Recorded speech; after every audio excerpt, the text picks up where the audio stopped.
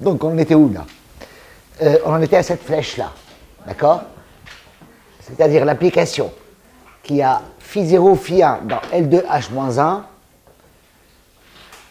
associe la trace, les deux données U de 0 et dtu de 0, donc à l'instant t égale 0, de la solution de ce système. Donc je répète, on prend phi0, phi1 dans L2H-1, on résout le système libre dans E-1, L2H-1, on prend la solution, on la met dans la source, on résout à partir de t égale grand T, avec données nulles en t égale grand T, le système rétrograde en U, on prend cette solution qui existe, qui est unique, on le sait, qui est contenue en temps à valeur H01, c'est en temps à valeur L2, on prend cette solution et on détermine ces deux traces en t égale 0. L'application qui a phi0, phi1 associe U de 0, dtu de 0 est continue, c'est évident, parce que c'est une composée d'application linéaire et continue. Très bien. Je vais l'appeler lambda. Alors je vais effacer quelque part, je vais laisser le système. On a compris cette continuité, les enfants. Donc je vais appeler lambda l'application. On note, c'est quasiment la fin de l'argument, hein. On note lambda, grand lambda, l'application lambda qui envoie L2 H-1 dans H01 L2 qui a phi0 phi1 associe lambda de phi0 phi1 égale U de 0 dtu de 0. D'accord? Lambda est linéaire et continue.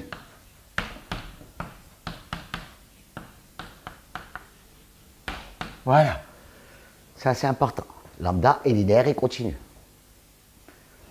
Bien, maintenant, on fait comme tout à l'heure. On va multiplier le système par phi bar, intégrer, retrouver notre identité magique. D'accord? On reprend la manip de tout à l'heure. Il y a une brosse, c'est celle-là, j'imagine.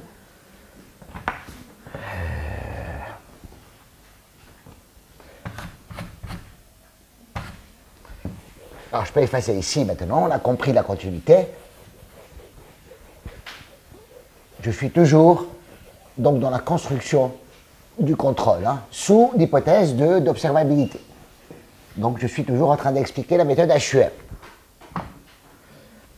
Alors, on reprend ce système, on multiplie par phi bar et on intègre entre 0 et t dx dt.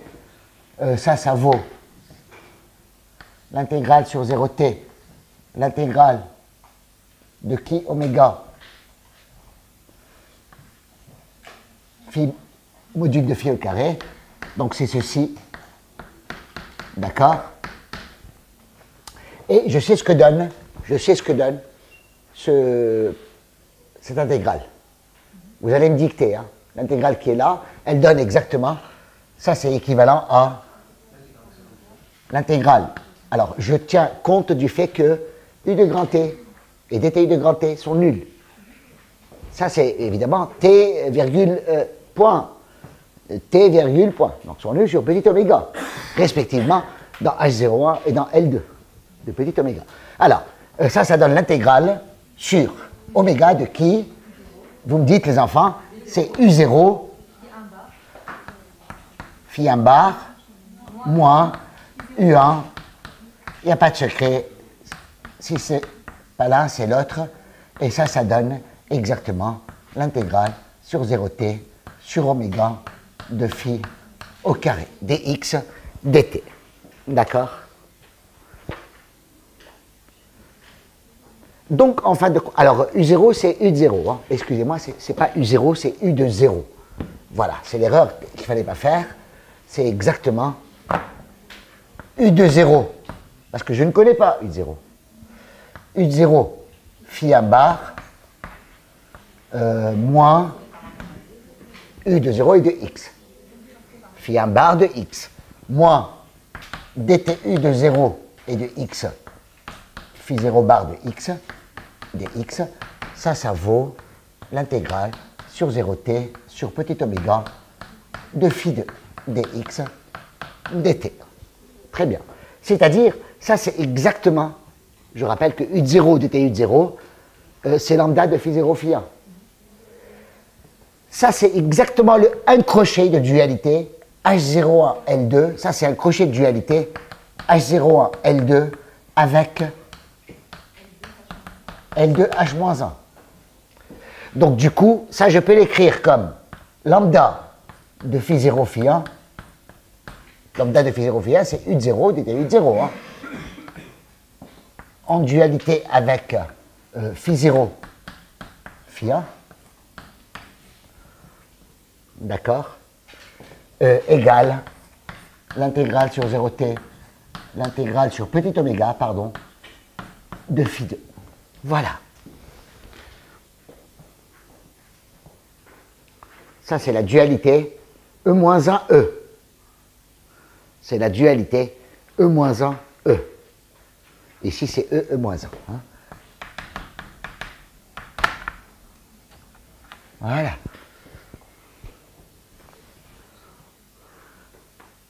Tous les éléments de E agissent comme des formes linéaires sur E-1 et réciproquement. Du coup, je vais faire quoi? Je vais effacer à gauche. Je vais effacer, alors je ne sais plus du tout. J'ai envie de laisser le système là. Hein. Je vais effacer ici. Je vais passer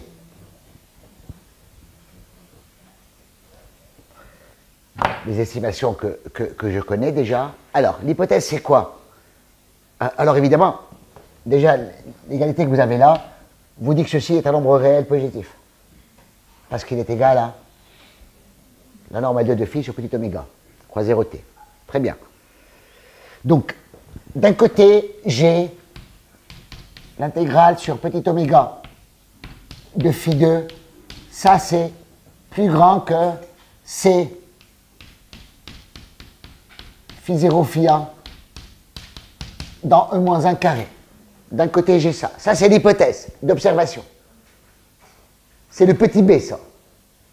Ça, c'est l'hypothèse d'observabilité. C'est le petit b, oui.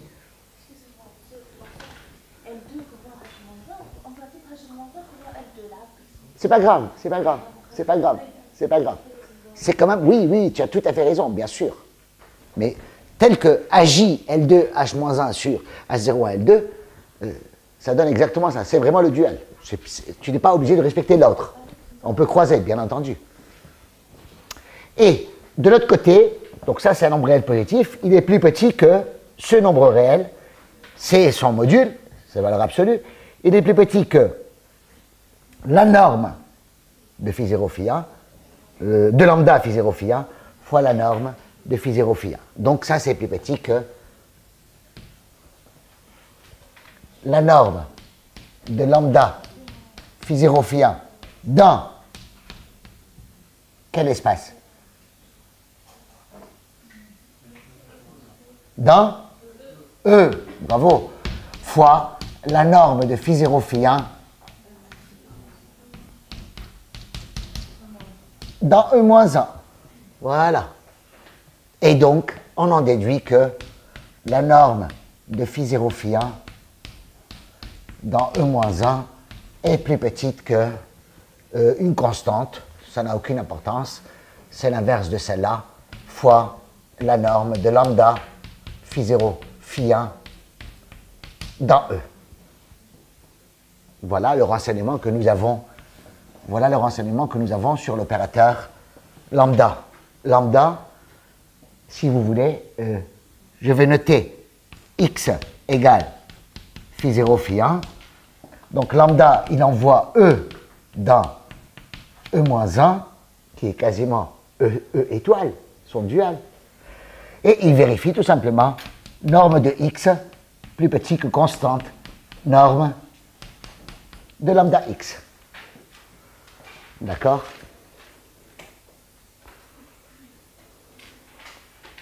Un opérateur comme ça, vous savez déjà qu'il est injectif.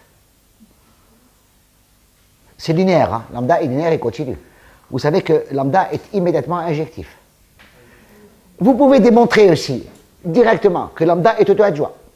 Ça veut dire que lambda star, l'adjoint de lambda, il envoie le dual de E-1, qui est E, dans le dual de E, qui est E-1. Donc les espaces sont les mêmes, et en plus lambda star, c'est vraiment lambda. Donc lambda égale, je vais effacer où là, je vais effacer ici. Donc lambda est injectif et auto-adjoint. Ben, ça vous donne immédiatement que lambda est un isomorphisme. Pourquoi? Donc lambda est injectif. En plus, on peut voir que lambda est auto-adjoint.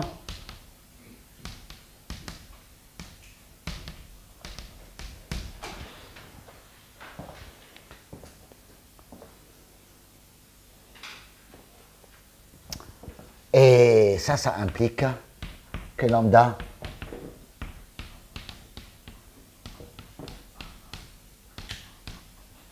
est un isomorphisme, simplement, tu sais.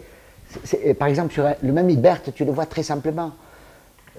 Quand L est une application où A est un opérateur continu de H dans lui-même, un Hilbert de H dans lui-même, tu sais que l'orthogonale de l'image,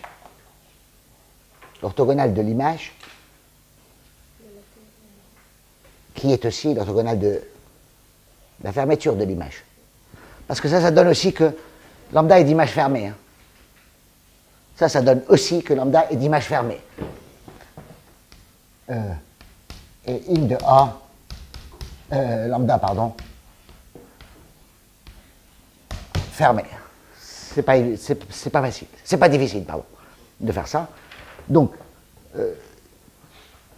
l'image de lambda orthogonale, qui est aussi l'image de lambda bar orthogonale, c'est la même, c'est le noyau de l'adjoint. L'adjoint, c'est lui-même, donc son noyau est réduit à 0. Ça veut dire que l'orthogonale de l'image est égale à 0. Ça veut dire que l'image est dense, et donc, puisqu'elle est fermée, l'image est toute moins 1. Très bien. Donc lambda est un isomorphisme, et là, je dis fin du problème. Problème résolu. Pourquoi? Ici, je prétends qu'on a fini. Pourquoi? Je reprends le même système en effaçant ces données-là. Je veux résoudre, trouver une source, un contrôle F. Je veux trouver un contrôle F qui m'amène les données initiales U0 et U1 dans H01, L2, A0, 0, en T égale grand T. Alors qu'est-ce que je fais? Je prends U0, U1. On part de U0, U1. On calcule lambda moins 1 de U0, U1. Ça va être un phi 0, phi 1. Dans L2, H moins 1. D'accord? Vous prenez vos données initiales. Elles habitent ici. Les données initiales, elles sont là. Alors lambda, c'est qui en fait? C'est lambda plutôt. Ici, le lambda, il était de quoi vers quoi? De E-1, pardon. Voilà, c'était là. Voilà. Donc, je prends U0, U1 dans E, H01, L2. Je prends l'image réciproque. Elle existe et elle est unique, je le sais. Par lambda de U0, U1. C'est un phi 0, phi 1 qui habite dans L2, H-1. Je prends cette donnée initiale, je la mets dans ce système que je résous. Je trouve une fonction phi qui est dans L2, contenue en temps à valeur L2 et c'est en temps à valeur H-1. Je prends ce phi-là, je le mets dans la source. Je le mets là. Vous êtes sûr que la solution de ce système, je vais effacer le U. Je vais mettre un V. Je vais mettre un V ici. Je vais mettre U0. Je vais mettre un V là et un V là. La solution de ce système, c'est exactement le U dont on était parti. Ça veut dire quoi? La solution de ce système, elle vérifie V de grand T égale dTV de grand T égale 0. Pourquoi? Je fais la différence. Je reprends. Je vais effacer cette partie maintenant, les enfants. Hein. Je vais effacer cette partie. Regardez. Ou plutôt, je vais aller là. Vous avez compris ici. Hein. C'est clair? La partie de gauche. Regardez. Je vais vous montrer que le V que l'on cherche, il est égal au U. Le V qu'on a obtenu ici est égal à la fonction U de tout à l'heure. C'est-à-dire, en particulier, V de grand T égale dTV de grand T égale 0. Alors, je réécris. Tout à l'heure, le U dont on était parti, c'était ce truc-là. U sur le bord égale 0. U de grand T égale dTU de grand T égale 0. Bien, je fais la différence maintenant entre V et U. Je répète, ce phi-là, c'est la solution de ce système. Le phi 0, phi 1, c'est la donnée fournie par l'opérateur HU1, le lambda. C'est lambda moins 1 de U0, U1. Je fais la différence U moins V. U moins V vérifie exactement box U moins V égale. C'est le même phi. Hein. U moins V sur le bord égale 0. Très bien. U de grand T. U moins V de grand T, c'est moins V de grand T, moins dTV de grand T, mais surtout, regardez, U moins V de 0, par exemple, c'est qui? U moins V de 0, c'est U de 0 moins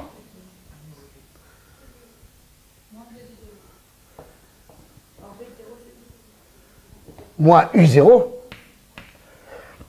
et dt U moins V de 0, c'est dt U de 0 moins U1. Mais attention, s'il vous plaît.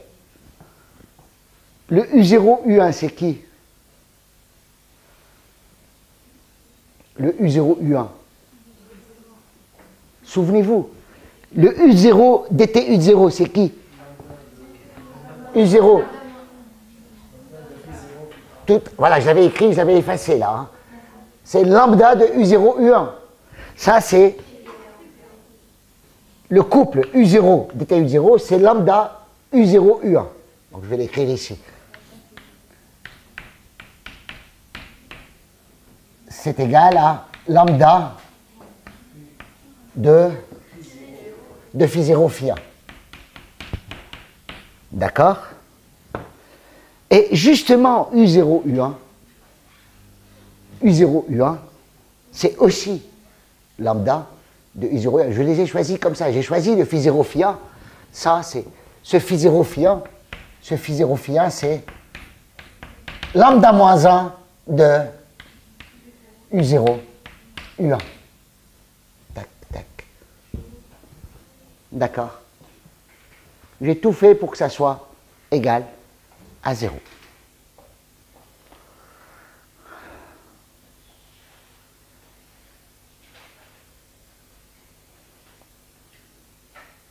Excusez-moi. Ici, en fait, c'est... Tout à l'heure, j'ai appelé le U0 dtu de 0 égale lambda de phi 0, phi 1. C'est bien ça, dans ma construction. Donc, quand tu fais la différence,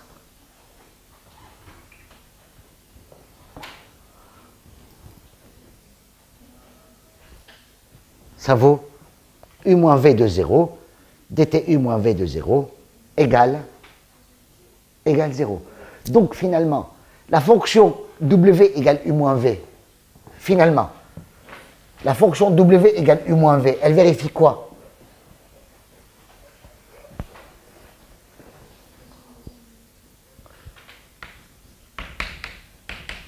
Vérifie le système box W égale 0, W sur le bord égale 0, W de 0 égale dTW de 0 égale 0. Donc W égale identiquement nul, W égale 0. Ça veut dire quoi? Lorsque W égale 0, ça veut dire que U de grand T égale V de grand T. Mais V de grand T, c'est qui? U de grand T, c'est 0. Donc V de grand T égale, donc je vais changer ici, et dTV de grand T égale dTU de grand T égale 0. D'accord? Et c'est exactement ce que je voulais.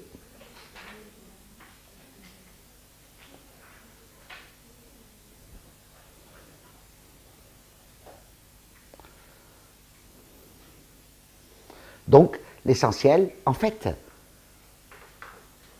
ce qu'on voulait pour l'opérateur lambda, qui a U0, U1, pardon, phi0, phi1 associé U de 0, dTU de 0, on espérait, pour avoir le contrôle, on espérait que lambda soit surjectif, simplement. On voulait juste trouver une donnée phi0, phi1 qui réalise notre programme. On voulait juste trouver une bonne source, donc une bonne donnée. En fait, on en a plus. On a mieux que la surjectivité, on a l'isomorphisme. On a payé peu pour beaucoup. Ça, c'est HUM. D'accord?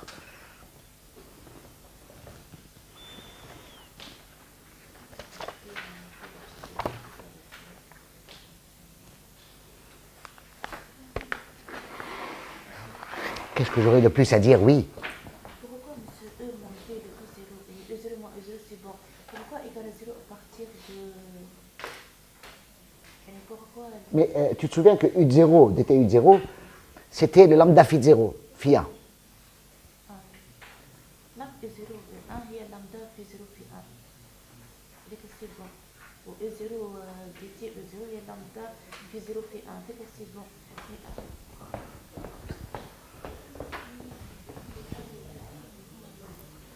J'ai choisi le phi 0 phi 1 comme lambda moins 1 de U0 U1. Donc U0 U1, c'est ça. D'accord?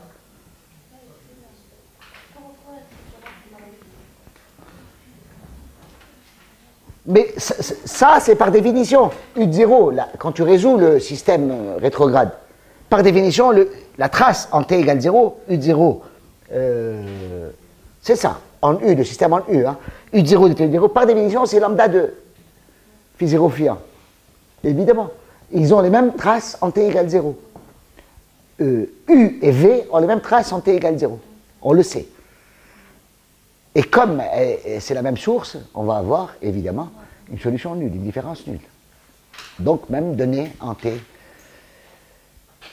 égale grand T.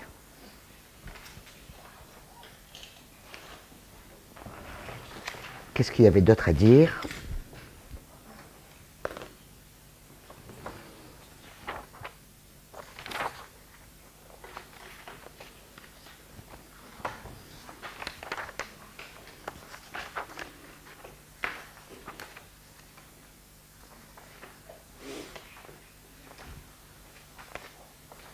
Donc, on a démontré l'équivalence entre observabilité et contrôlabilité exacte. Si vous voulez contrôler l'équation des ondes, contrôle interne, vous devez observer. Et réciproquement, si vous êtes capable d'observer, vous pouvez contrôler. On ne peut pas contrôler à l'aveugle. C'est ça que ça veut dire.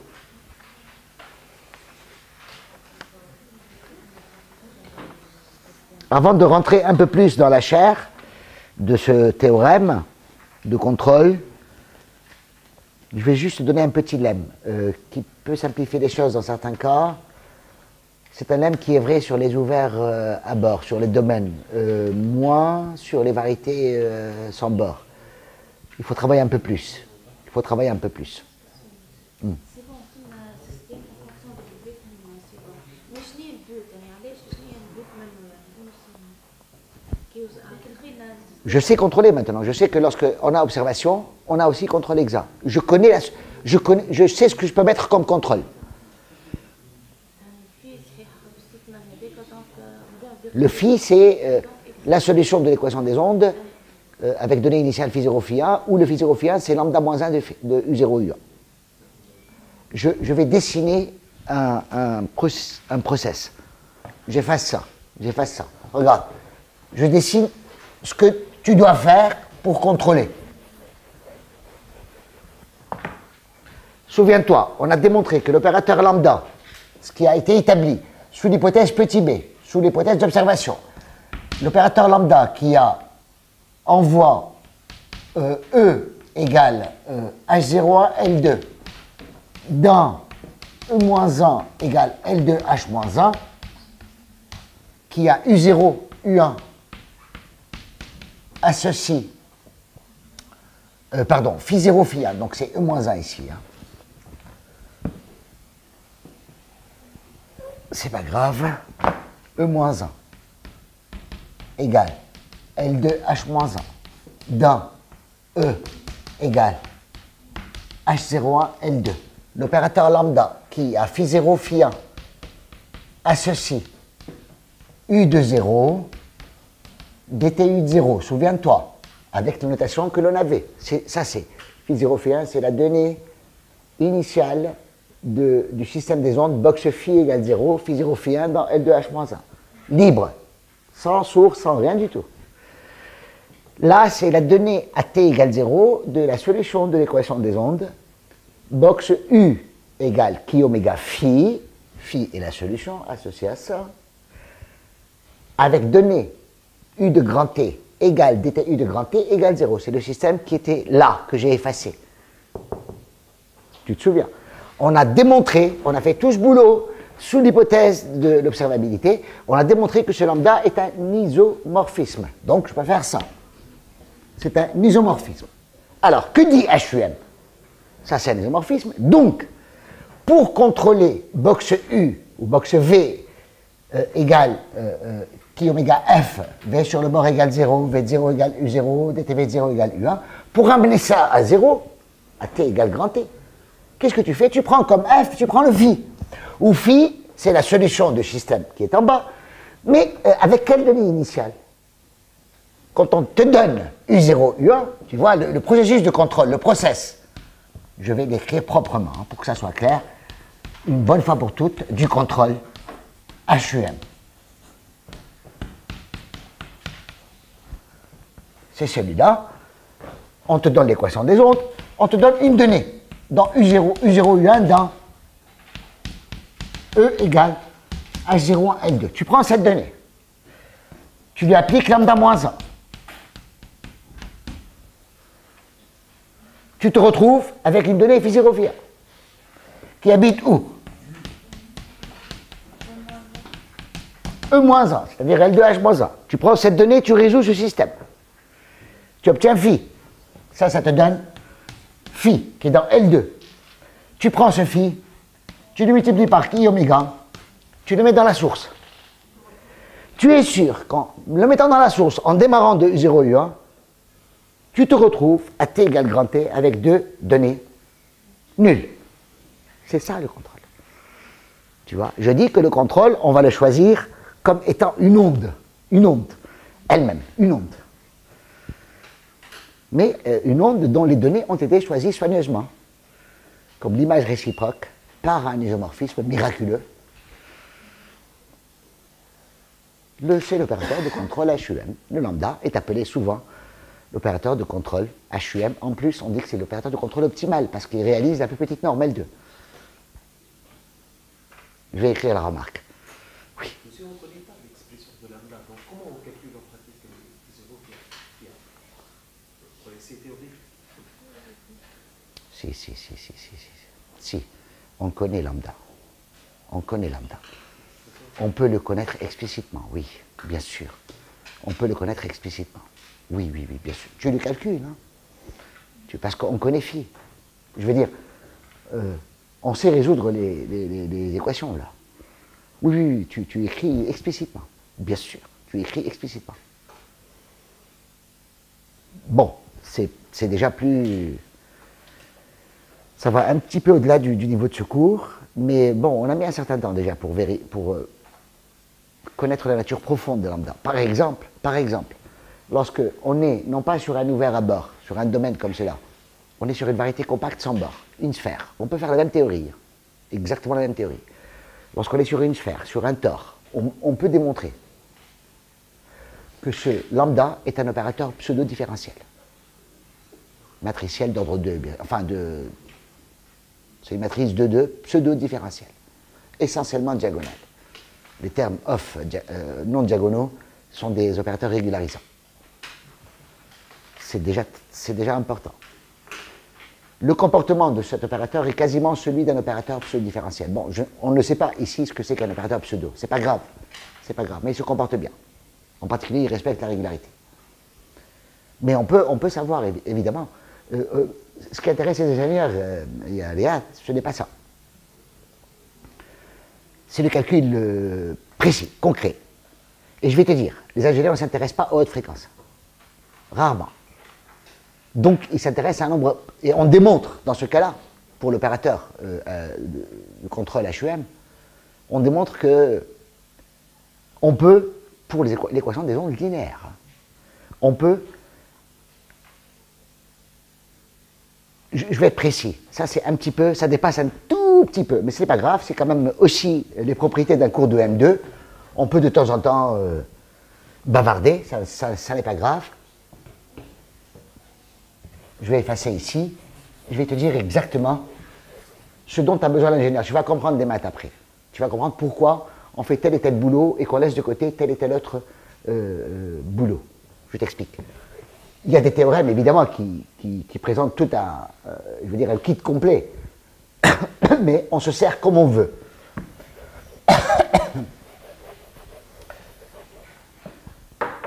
Comment on va appeler ça? C'est une digression.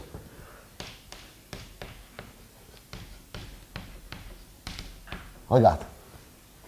Donc, l'ingénieur, il a besoin de ça. Il prend une équation d'onde, il part de U0, U1, dans H0, H2, U nul sur le bord, on s'en fout, et lui, ce qu'il veut, c'est trouver un F qui va l'amener de U0, U1 à U de T égale dtu de T égale 0, ou l'inverse, hein. C'est pas grave. Il part de 0, 0, il part de l'équilibre, il va arriver à un état prescrit. Bon, on est dans l'espace d'énergie usuel, mais ça peut se faire aux espaces d'énergie ad hoc, hein, HS, HS-1. Bien. On sait, donc la méthode HUM te dit, très bien, tu prends U0, U1, tu prends lambda-1 de U0, U1, je ne sais pas ce que c'est que le lambda, c'est l'opérateur un petit peu, c'est une boîte noire, tu mets dedans, d'un côté, tu rentres, comment on appelle ça, tu la feed, tu la nourris, tu lui donnes à manger U0, U1, elle te sort de l'autre côté, phi 0, phi 1. Phi 0, phi 1, tu le mets, tu résous l'équation box phi égale 0, tu trouves phi, tu la mets là. Et c'est gagné. Tu es sûr qu'avec ce phi, donc j'écris le phi ici. Magnifique. Je connais mon contrôle. C'est une solution d'équation d'onde à donner phi 0, phi 1. Maintenant, comment s'écrit phi 0, phi 1 en fonction de U0, U1? C'est la question que tu poses. Je dis phi 0, phi 1, moralement, ce que je dis, c'est ça. Hein. Phi 0, phi 1, essentiellement, c'est ça. Ce que je dis, ce que je prétends, ce qui est vrai, mais il faut travailler un peu, d'accord? Passer quelques nuits blanches, beaucoup de vacances ratées. Ce qu'on démontre, c'est ça, c'est que ce phi 0, phi 1, qui habite dans L2H-1, il s'écrit comme une matrice fois U0, U1, où les termes ici, évidemment, sont des opérateurs. Ce ne sont pas des opérateurs de multiplication par des fonctions, non, c'est un tout petit peu plus subtil. Ce sont des opérateurs pseudo-différentiels. Je vais l'appeler grand A. En fait, ce grand A, c'est lambda moins 1. C'est lambda moins 1. D'accord? U0, U1, c'est-à-dire U0, U1, c'est lambda phi0, phi1. Ça, je le connais, c'est gratuit, ça. Ça, c'est un gramien, on l'appelle le gramien. On peut le calculer précisément. Mais l'inverse est plus compliqué. Déjà, est-ce que oui ou zut, c'est inversible? HUM te dit oui. Dès que c'est observable, cet opérateur est inversible. Quelle est sa nature? On ne sait pas. Mais bon, on travaille un peu, on connaît sa nature. D'accord? Et surtout, le fait intéressant, c'est le fait suivant. J'en reviens à ce qui intéresse les ingénieurs. Finalement, ce qui l'intéresse, c'est quoi? Ce qui intéresse les ingénieurs, finalement, c'est ça. En fait, il veut que la solution U égale U de t de x, il veut qu'elle réalise U de t de x égale dt U de t et de x égale 0. C'est ça qu'il veut. On connaît U. U de t de x, c'est la somme sur k plus grand que 1. Donc je suis sur un ouvert à bord. Je suis sur un ouvert à bord, c'est-à-dire le cas usuel. On n'est pas sur une variété compacte sans bord. Parce que là, il y a une valeur propre. Les constantes sont valeur propre, fonction propre. Donc 0 est valeur propre. Ce n'est pas injectif. Le Laplacien n'est pas injectif. Voilà. Bien. Ça s'écrit comme ça. D'accord? Les EK sont les... C'est la base hilbertienne de L2. Bien. Ce qui intéresse les ingénieurs, je vais te dire, c'est pas d'arriver vraiment à ça. C'est d'annuler le maximum de fréquences. Ce qu'ils veulent, c'est annuler le maximum de fréquences. Donc, ils ne vont pas regarder au-delà, par exemple, de la centième composante. D'accord. Le miracle que réalise l'opérateur HUM, cet opérateur-là, qui nous aide à contrôler, le miracle, c'est quasiment le fait qu'il, pratiquement, hein, presque vrai, il commute avec les fréquences. C'est-à-dire, quand vous voulez, voilà vos données initiales, U0, U1, ça va s'écrire, ça U0 de X, bien entendu. Ça, c'est U0K, EK, ça, c'est U1K, EK, d'accord? C'est la décomposition de U0, U1, respectivement dans H01 et dans L2. Ça vérifie ça, hein, nous sommes d'accord, les enfants. Oméga K carré, zut, U0K au carré, fini, et puis ça, c'est, je ne sais plus quoi, oméga K carré, zut, il n'y a pas de oméga K, c'est U1K, ça c'est dans L2, ça converge. Je rappelle que l'opérateur lambda, et donc lambda moins 1, sont linéaires. Ça veut dire que si vous voulez contrôler la donnée U0, U1, vous voulez contrôler cette somme, cette série en réalité. Série convergente dans S01 et convergente dans L2. En réalité, ce lambda moins 1 ou ce lambda, il s'occupe presque individuellement de chaque vecteur ici. Chaque élément de la somme. Il commute quasiment aux troncatures spectrales, aux fréquences. Donc, l'ingénieur, lui, il va se dire, moi j'oublie à partir de k égale 100, c'est pas grave. Je sais que lambda, il va s'occuper de la somme de k égale 1 à k égale 100, toute seule. La perte et le reste est une erreur qui est faible, qui en, moralement, c'est du 2 puissance moins k. On démontre ça. Ça, c'est difficile. C'est un résultat plus difficile. D'accord? Donc, c'est ça qui nous intéresse. Et donc, pour le nombre fini de fréquences qu'ils doivent contrôler, là, ils font du calcul manuel. Ils ont des PC, ils ont des Mac ou je sais plus quoi, des logiciels. Ils font tourner la machine. Ça marche. D'accord? Ça, c'est déjà plus élaboré. Entre la mise en place, la formalisation de la méthode HUM, que je viens de décrire ce matin, qui est une méthode élémentaire, vous l'avez bien vu, c'est élémentaire, il n'y a pas de maths presque. C'est de l'analyse fonctionnelle. On inverse un opérateur, on s'aperçoit qu'un opérateur, il vérifie un truc comme ça, lambda x plus grand que Cx, magnifique, il est injectif d'image fermée. Si en plus je t'aperçois qu'il a le bon goût d'être auto-adjoint, donc c'est un isomorphisme, donc on a plus que ce qu'on voulait, en fin de compte. On a utilisé juste ça. Je vous assure, c'est facile. Ça, c'est HUM. Entre le moment où on a démontré, donc on a mis en place cet opérateur HUM, la formalisation fonctionnelle de toute la méthode, entre ce moment-là et le moment où on s'aperçoit des qualités, je veux dire, des propriétés profondes, intrinsèques, de régularité de l'opérateur HUM, il s'est passé quand même quelque chose comme 25 ans.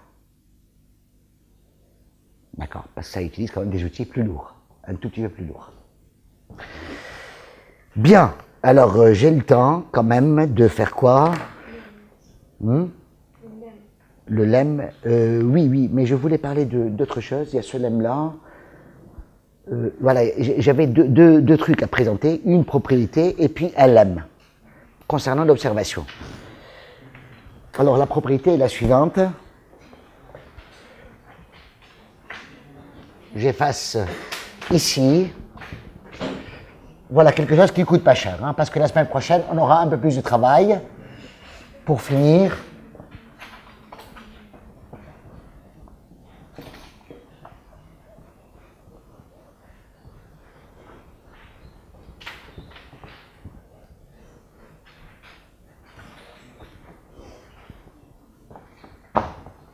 Propriété.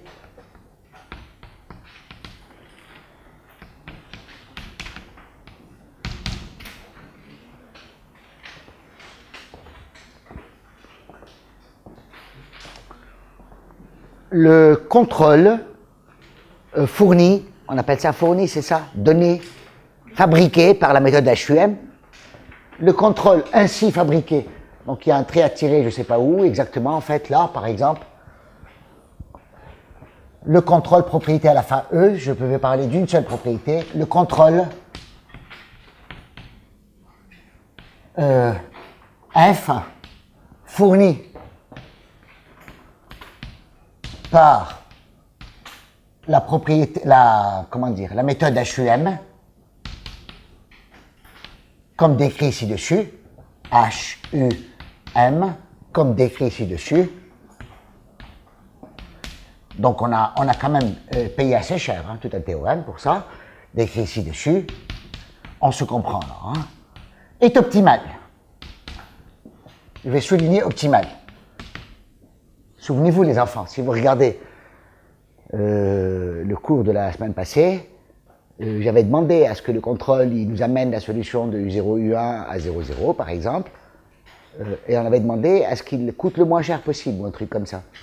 J'avais parlé de notions de temps et d'argent et ceci et cela, des choses pratiques hein, qui gèrent finalement notre quotidien. En fait, ce contrôle est optimal. En quel sens?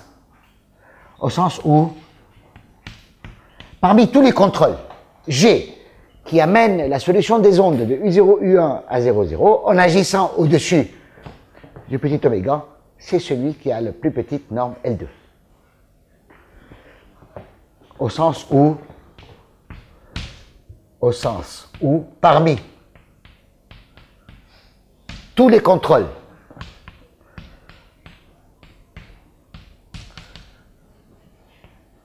G qui, dans L2, hein, de 0T croix oméga, qui amène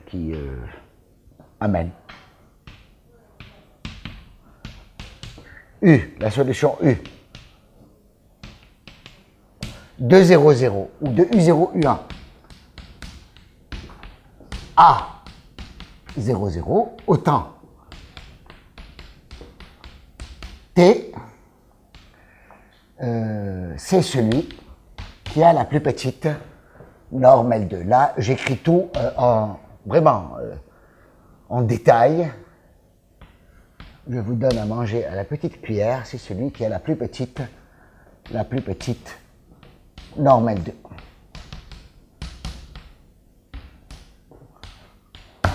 Voilà, je vous assure, c'est évident. C'est évident. Regardez, vous avez quoi en fait?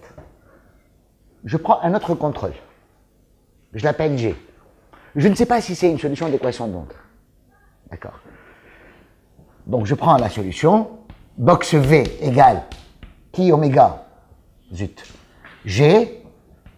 V sur le bord égale 0.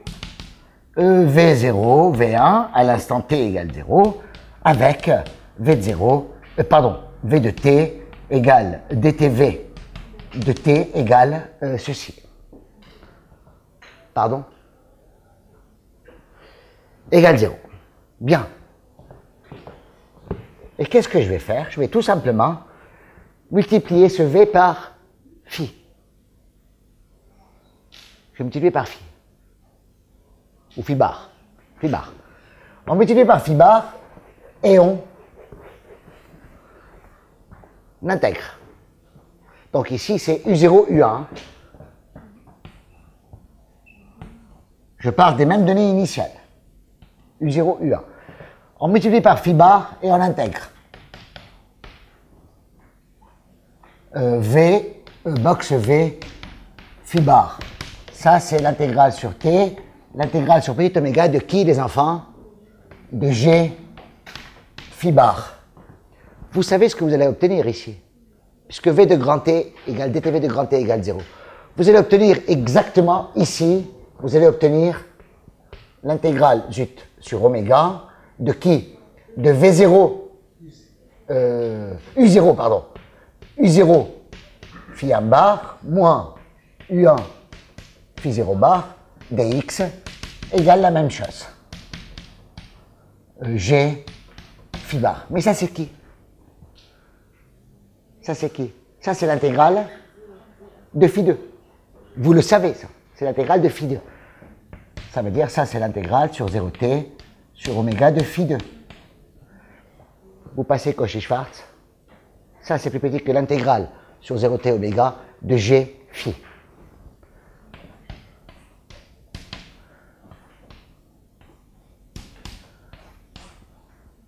Multiplié par, je vais gagner de la place. Je vais gagner de la place.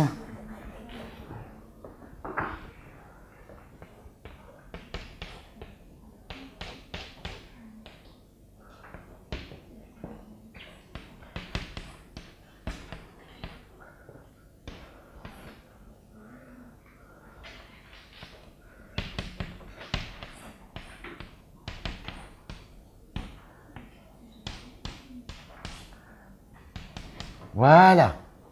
Et vous simplifiez par l'intégrale de phi sur L2. Par la norme de phi sur L2 de petit oméga. Du coup, la norme de phi, la norme du contrôle, est toujours, la norme L2 du contrôle, est toujours plus petite que la norme L2 de n'importe quel autre contrôle. Le contrôle HUM est celui qui réalise la plus petite norme L2. Et d'ailleurs, les enfants, c'est aussi, ça fournit une manière, une méthode de le calculer par des méthodes variationnelles. Tout à l'heure, vous avez écrit U1 qui est dérivé par rapport à D en 0, vous l'avez remplacé. Ici, c'est quoi en 0? Pardon? Tout à l'heure, U0 et U1, vous l'avez remplacé par U en 0, et U1 par dérivé de U en... C'est un autre contexte, bien entendu, c'est un autre contexte, parce qu'à l'époque, je ne savais pas que j'arrivais sur U0, U1. Non, ça c'est autre chose, parce qu'avant, je résolvais à partir de T égale grand T. C'est dans la preuve de la méthode HUM, hein, bien sûr. Oui, oui, j'ai écrit exprès, bien sûr, comme ça, parce que je n'avais pas U0, U1. Voilà, donc ça c'est le premier résultat, les enfants, c'est un truc très simple, c'est immédiat. Le contrôle HUM est parmi tous les contrôles qui amènent une donnée initiale U0, U1 à 0, 0, parmi tous les contrôles L2, le contrôle HUM est celui qui a la plus petite norme L2. D'accord? Il est optimal en ce sens-là. Seconde propriété, je vais effacer ici. C'est un lemme que je vais écrire pour vous. On en aura éventuellement besoin un jour.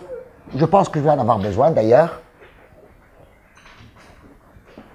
Souvenez-vous, dans le théorème qu'on a démontré depuis ce matin, on avait écrit A est équivalent à B, avec A contrôle exa et B observation, observabilité. Le petit b, c'est le point clé, c'est une CNS de toutes les façons. Toutes les solutions de l'équation des ondes homogènes dans E-1, L2H-1 sont observables. Souvenez-vous, c'était la norme, enfin l'énergie E-1 de phi, qui est constante, l'énergie initiale de phi, plus petite que constante, norme L2 de phi dans sur 0t croix petit oméga. Alors, le lemme, il vous dit la chose suivante, si vous voulez plutôt manipuler l'observation, plutôt que dans L2H-1, vous voulez le manipuler dans H01 L2, c'est possible. On remonte d'un cran, d'un degré. Donc, l'observation, je vais l'écrire comme ça, je crois que c'est une manière plus compacte, mais en même temps, les enfants, peut-être un peu plus dangereuse. On va s'expliquer. L'observation, phi 0, phi 1, dans L2H-1 au carré, plus petite que ceci, je fais quoi là? Phi 2, c'est ça? dx dt est équivalente à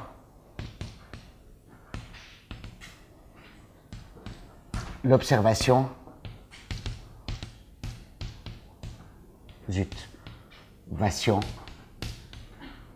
est équivalente à l'observation V0, V1 dans H01, L2 au carré, ça vous savez ce que c'est, plus petit que C, l'intégrale sur 0t, l'intégrale sur petit oméga de dtv dx dt. Alors attention, ça c'est pour les solutions de box V égale 0, V est nul sur le bord et V de 0 égale V0, dtv de 0 égale V1. Donc, dx dt. Je mets un t là. Observez les solutions de box phi égale 0 avec données dans L2H-1 est équivalent, non. Je vais est vrai dès que, je vais écrire ça comme ça, hein. Ça c'est vrai, cet énoncé est vrai, mais je ne pourrai pas le démontrer ici, malheureusement. Je ne sais pas le démontrer. Ici, je ne peux pas. C'est un calcul pseudo-différentiel, je n'ai pas les moyens. Est vrai dès que, est vrai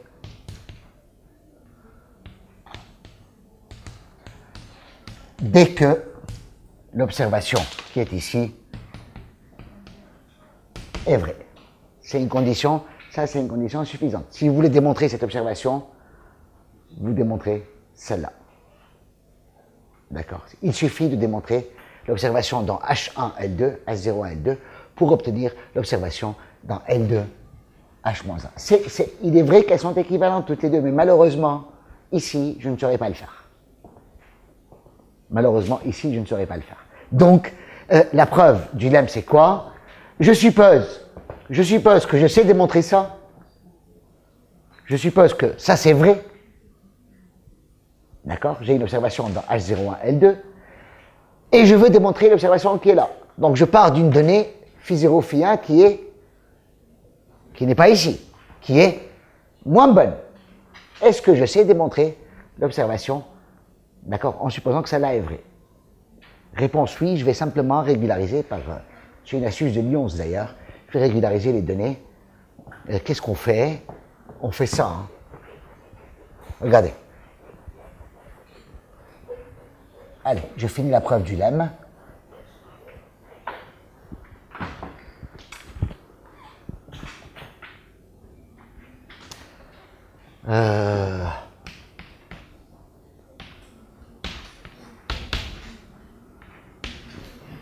Alors, je vais prendre...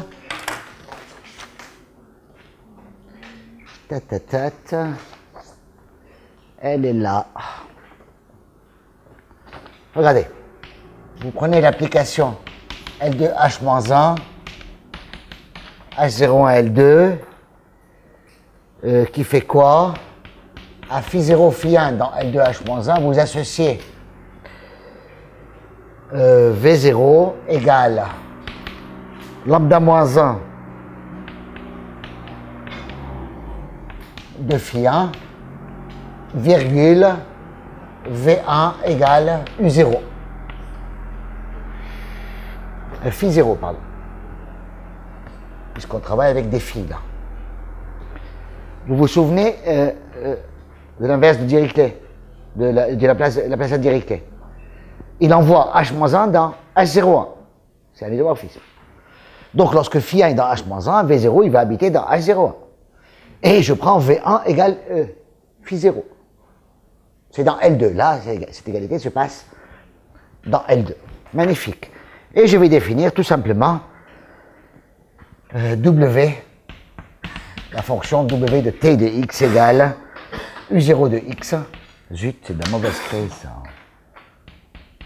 U0 de x plus l'intégrale de 0 à t phi de s et de x ds. Tombe toujours sur la mauvaise créée. La voilà, j'imagine. Je prétends que box phi égale box W égale 0 et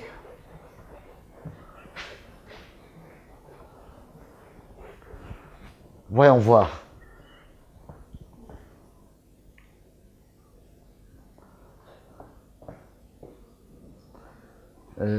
Ce W c'est qui? Donc je pars de phi 0 quand même, non? Ça c'est phi 0? Non, c'est V0. Voilà.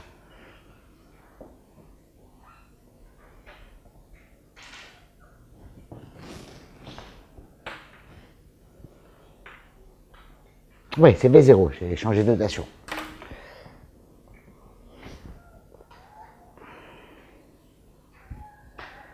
Alors, que vaut W de 0 et 2 points?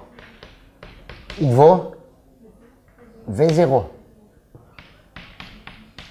dans H01. Que vaut dtW de 0 et 2 points? dt de W, c'est qui déjà? Alors ça disparaît. Ça, c'est phi 0. C'est phi de 0, c'est ça. dt de W, c'est ça. Hein. dt de W, 2 points, c'est exactement... Voilà, phi de t et 2 points. Donc dt de W de 0 et 2 points, c'est phi 0, c'est-à-dire c'est V1. D'accord, les enfants? Je crois que box V égale 0. Pourquoi? Donc j'ai dt de W. Donc dt de W de t 2 points, c'est phi de t de x. Phi de t de x, c'est évidemment phi de 0 plus... dt phi de t et de 0, de 0 et de x, plus l'intégrale de 0 à t, voilà, dt carré de phi de s et de x, ds. En fait, ds aussi.